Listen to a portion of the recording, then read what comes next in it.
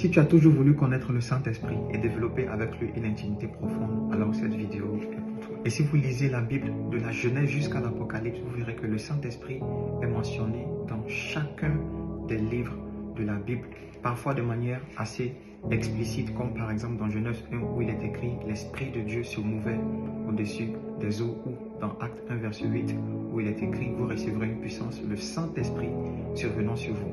Mais aussi le Saint-Esprit est mentionné de façon aussi subtile ou très souvent symbolique dans la Bible.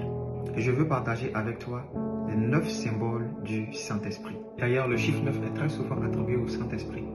On parle de 9 dons spirituels et aussi de 9 manifestations de fruits de l'Esprit. Élément très important lorsqu'on parle des symboles du Saint-Esprit, le Saint-Esprit n'est pas un symbole, mais les symboles du Saint-Esprit nous permettent de découvrir sa nature et ses caractéristiques. Le premier symbole, c'est le vent. D'ailleurs, le terme esprit ici traduit de l'hébreu ruach qui signifie vent ou souffle. Vent pour parler du caractère omniprésent de l'Esprit de Dieu.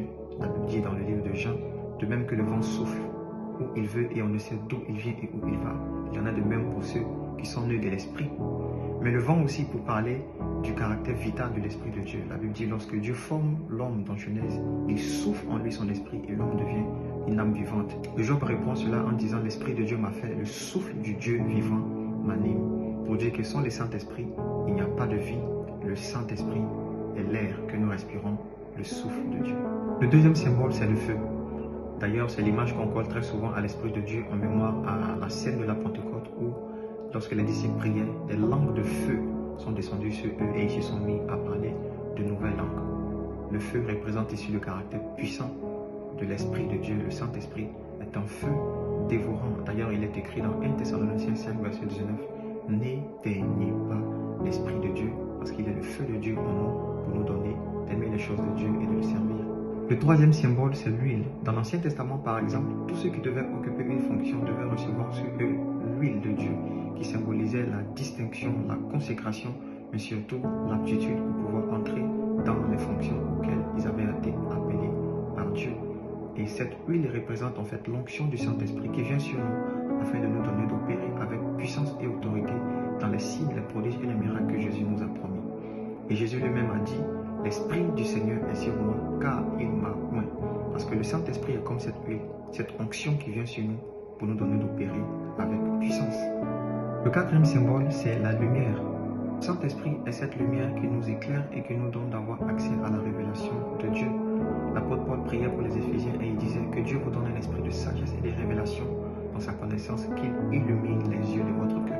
Lorsque nous recevons le Saint-Esprit, il nous donne d'avoir accès à la révélation de Dieu et il nous donne de comprendre les choses de Dieu. Et de la même manière que dans l'Ancien Testament, il y avait dans le tabernacle un chandelier à 7 lampes qui devait constamment rester allumé et qui éclairait tout le tabernacle.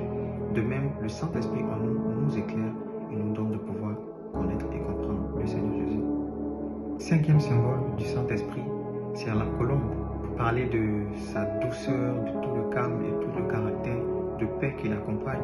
D'ailleurs, lorsque Jésus est sorti de l'eau après son baptême, la Bible dit que l'Esprit de Dieu est venu sous une forme physique sur lui, comme une colombe, et Dieu a rendu témoignage à propos de Jésus en disant « Celui-ci est mon Fils, bien-aimé, en qui j'ai mis toute mon affection. » Le Saint-Esprit est cette colombe, cette paix que nous avons reçue de Dieu. Sixième symbole, c'est la nuée, qui représente en fait toute la gloire et la présence rassurante de Dieu auprès de nous et qui nous conduit constamment à l'image des enfants d'Israël qui, dans le désert, ont été conduits en journée par cette colombe de nuée qui était constamment devant eux et qui leur montrait le chemin. Le Saint-Esprit est celui qui nous conduit et qui nous montre le chemin lorsque nous passons dans les temps difficiles.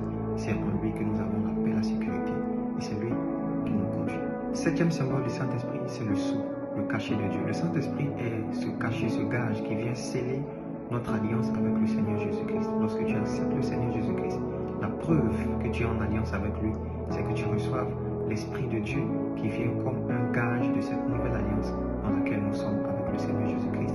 Et la Bible dit dans 2 Corinthiens 5, verset 3 à 5, qu'il nous a donné son Esprit comme une garantie, comme un gage que nous lui appartenons. Huitième symbole du Saint-Esprit, c'est l'eau. Jésus disait lorsqu'il a rencontré la femme samaritaine, quiconque boit de cette eau, pour parler de l'eau physique, aura encore soif. Et celui qui boit de l'eau que je lui donne, pour parler du Saint-Esprit, n'aura plus jamais soif. Parce que le Saint-Esprit est cette eau qui en nous étanche toute notre soif. Tous les désirs qu'on peut avoir trouvent leur solution par cette eau qui est l'eau de la vie, qui est le Saint-Esprit. Et Jésus disait, cette eau sera en nous une source d'eau vive qui jaillira et qui donnera la vie aussi aux autres. Lorsque tu acceptes le Saint-Esprit, tu reçois la vie et tu deviens toi aussi une source de vie. Neuvième symbole du Saint-Esprit, c'est le vent. D'ailleurs, la première fois où les disciples ont reçu le Saint-Esprit et qu'ils parlaient en langue, la première interprétation que les hommes qui étaient là ont fait, c'est qu'ils étaient ivres. Parce qu'en réalité, le Saint-Esprit est ce vin qui nous rend ivres de Dieu. La Bible dit, ne soyez pas ivres de vin, c'est de la débauche, mais soyez au contraire remplis de l'Esprit. Lorsque tu es rempli du Saint-Esprit, tu débordes de joie, d'assurance, tu débordes de paix, et le Saint-Esprit est ce vin qui produit ces choses en nous. Je prie que ces 9 caractéristiques du Saint-Esprit soient manifestes dans ta vie au nom de Jésus-Christ. Si tu as appris des choses et que tu as été béni par cette vidéo, écris en commentaire « Merci Saint-Esprit ».